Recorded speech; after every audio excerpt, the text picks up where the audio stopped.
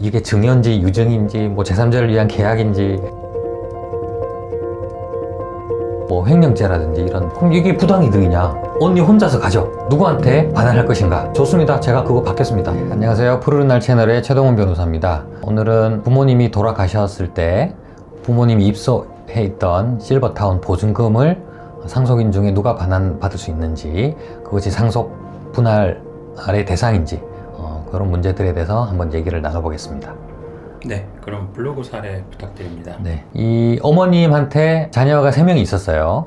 이제 아버님 옛날에 돌아가셨고, 그래서 어머님이 이제 혼자 지내시다가 집에서 뭐 낙상사고 이런 걸 당하셔서 병원에 이제 입퇴원을 반복하시고, 이렇게 건강이 좀 좋지 못한 상황이었는데, 자녀 3명 중에 제일 큰 이제 딸이었어요. 딸이 주로 이제 어머님을 모시고 뭐 병원도 다니고 했어요. 나머지 이제 둘째와 셋째 자녀는 큰 딸만큼은 이제 어머님을 잘 모시지는 못했고요. 그러다가 이제 어머님이 이제 낙상사고 후유증으로 뭐 요양병원에 좀 입원을 해 계시다가 갑갑하다 그래서 이제 집에 다시 오셨다가, 아무래도 이제 걷기도 불편하시고 하다 보니까 이렇게는 좀 안 되겠다, 좀 주변에 도움을 줄 수 있는 사람이 있는 곳을 내가 좀 들어가서 생활을 하고 싶다. 그런데 요양병원은 아닌 것 같다. 그래서 이제 알아보다가 결국 이제 실버타운을 한 군데 소개를 받게 되었어요. 어느 이제 복지재단에서 운영하는 그런 곳을 알아서 입소해 보니까, 주변에 이제 복지재단에서 소속되어 있는 간병인 이제 이런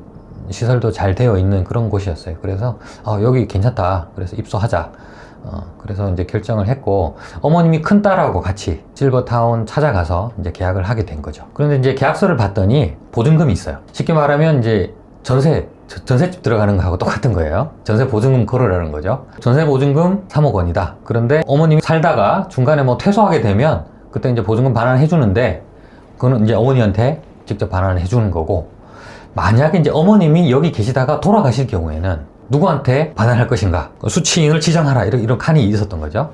거기에 이제 어머님이 설명을 듣더니 그러면 당연히 큰딸한테 반환해야지, 그러면서 거기 이제 큰딸한테 한다라고 이제 기재를 한 거예요. 그리고 큰딸도 거기에 요걸 확인했다, 내가 받는 걸로 확인한다 라고 거기에 큰딸이 또 사인을 했고, 그렇게 해서 이제 계약이 다 끝났고, 어머님은 이제 실버타운에 입소해서 생활을 하시다가 거기서 이제 돌아가셨어요. 어머님 돌아가셨을 때 이제 뭐 상속 재산이 있었겠죠. 뭐 예금도 있었고 뭐 이런저런 재산이 있었기 때문에 자녀 3명이 똑같이 이제 상속 재산 분할을 해서 분배를 하고 이제 끝났습니다.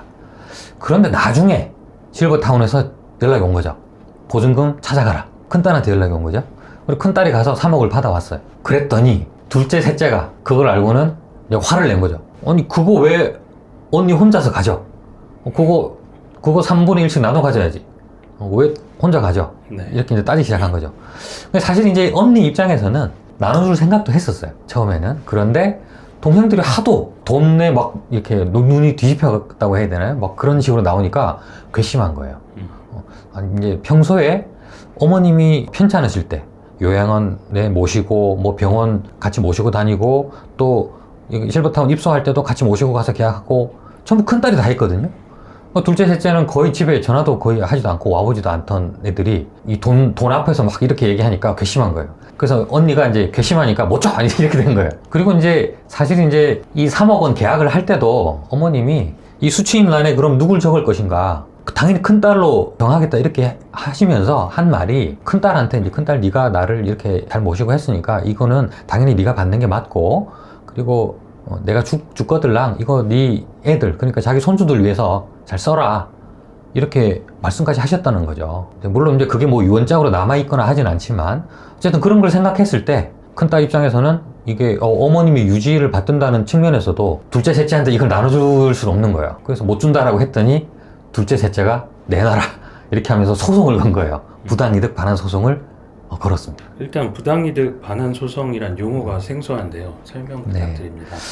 부당이득은 뭐 쉽게 말해서 부당하게 이익을 취했으니까 뱉어내라, 그거예요. 반환하라.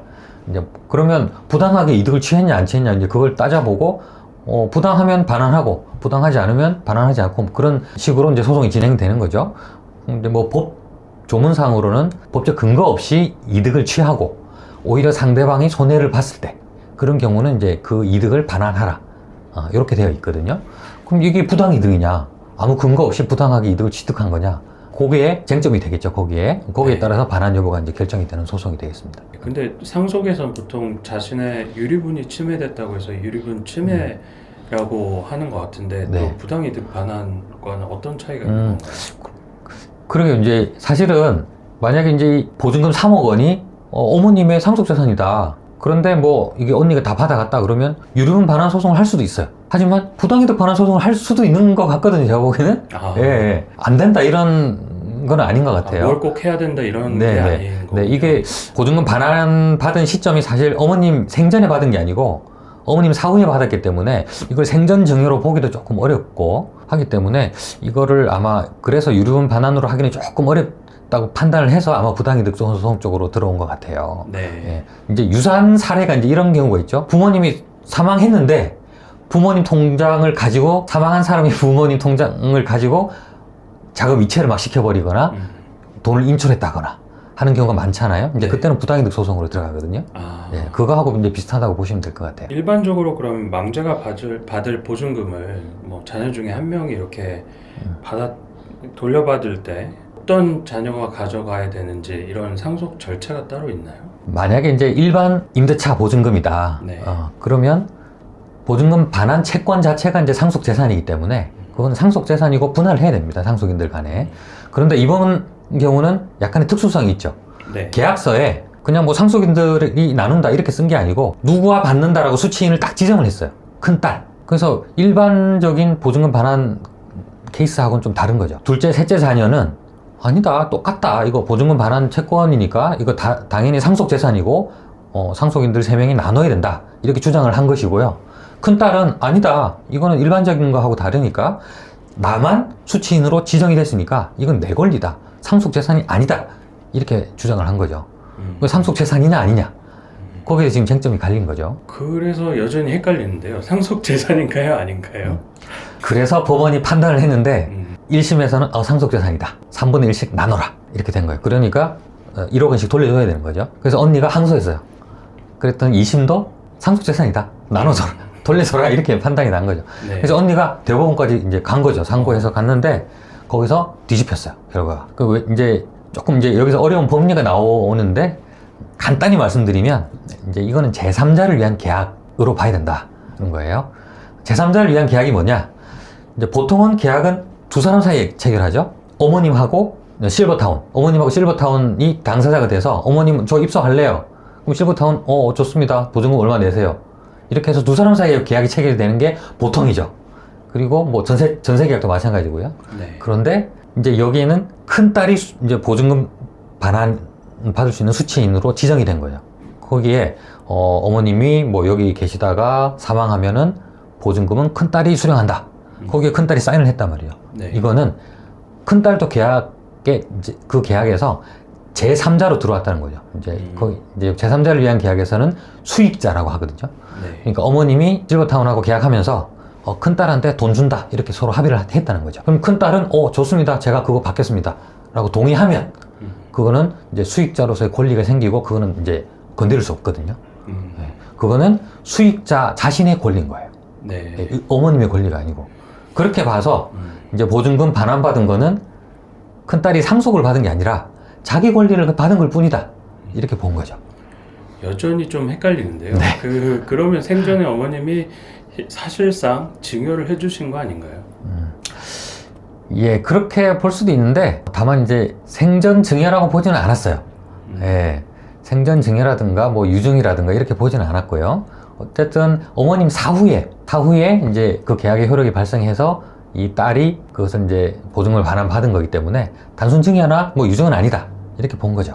예, 그래서 제3자를 위한 계약으로 이제 볼 경우에는 자기 권리이지 뭐 유증받았다거나 그렇게 보지는 않는 거죠. 네. 다만 상속세 측면에서는 조금 다를 수 있습니다. 이제 제가 다른 영상에서도 한번 소개해 드린 바 있는데 이제 보험, 어머님 사후에 보험금을 수령한 경우 네. 이게 상속 재산이냐 아니냐, 뭐 수취인으로 보험 수익자로 뭐 자녀를 특정했을 경우에 그 자녀가 받은 보험금은 상속 재산 아니다. 이렇게 보는 경우가 있다고 제가 말씀드렸는데 네. 하지만 그 경우에도 그건 상속받은 걸로 보고 상속세는 내야 되거든요. 네. 예, 이 경우도 마찬가지일 수 있습니다. 아. 예, 세금 문제는 좀 다를 수 있지만 어쨌든 상속 재산으로 보지는 않았습니다. 그러면 이렇게 그 보증금을 돌려받은 뒤에 다른 형제들이 부당이득 반환 소송을 제기했을 때는 또 어떻게 대응해야 되는지 조언 부탁드립니다. 사후에 이제 어머님 재산을 받았다면 사실 부당이득이 되는 게 맞는 것 같고요. 아까 말씀드렸듯이 뭐 어머님 돌아가셨는데 그 다음에 몰래 어머님 카드 가지고 가서 뭐 돈을 인출했다거나 하는 건 당연히 이제 나눠 가져야 될 재산을 혼자 가진 거기 때문에 부당이득을 한 것이고 반환해야 됩니다. 예, 그건 그냥 어머님 명의로 있었다면 상속재산 분할을 했어야 될 재산이거든요. 그래서 이제 그런 경우는 이제 오히려 또 뭐 횡령죄라든지 이런 범죄가 또 될 수 있기 때문에 아주 조심을 하셔야 되고요. 청구하는 쪽에서도 이제 그런 점이 보이면 뭐 고소도 하고 상속재산 분할 소송도 하고 부당이득 소송을 하거나 이렇게 해서 이제 재산을 반환받을 수 있는데 그걸 실제로 이제 돈을 뺀다거나 하는 측면에서도 조심해야 될 이제 상황이 있습니다. 그게 범죄가 될 수도 있기 때문에. 하지만 이제 이번 사례 같은 경우는 어머님 생전에 어머님 뜻에 따라서 이제 제3자를 위한 계약으로 재산을 받은 거기 때문에 뭐 별 문제되는 건 없었죠. 조금 이제 상속 부분에서 여러 가지 이제 법리들이 막 섞이기 때문에 조금 혼란스러울 수 있어요. 이게 증여인지 유증인지 뭐 제3자를 위한 계약인지 이런 개념도 생소하고 하기 때문에 이런 부분들에 대해서는 어머님이 살아 계실 때 계약서를 뭐 어떻게 쓸까, 뭐 유언장을 좀 어떻게 쓸까 이런 부분들을 조금 전문가의 상담을 통해서 좀 상속 설계를 미리 받으시는 것이 좋지 않나 이런 생각을 좀 해봅니다. 그러면 마지막으로 첨언 추가 질문을 좀 드리면 아마 실버타운의 사례는 이와 유사한 사례가 많을 것 같은데 다 이렇게 이제 보증금을 반환하는 그런 계약을 한 경우에는 동일한 상황이라고 봐도 되는 건가요? 예, 어쨌든 뭐 대법원에서 이런 결정이 나왔기 때문에 어쨌든 제3자를 위한 계약 이런 법리로 접근을 한다면은 어찌 보면 좀 상속 재산 분할을 회피할 수 있는 방법이 하나 생긴 거 아닌가 이런 생각이 좀 들기도 해요. 네. 이제 거기서 한 발짝 더 나아가면 그럼 이제 전세 보증금 같은 경우에 아주 많잖아요. 네. 어머님이 전세에 살다가 돌아가셨을 때 그럼 전세 계약서에 수취인을 뭐 자녀 중에 특정인으로 정한다거나 이런 경우는 그럼 어떻게 될 것인가?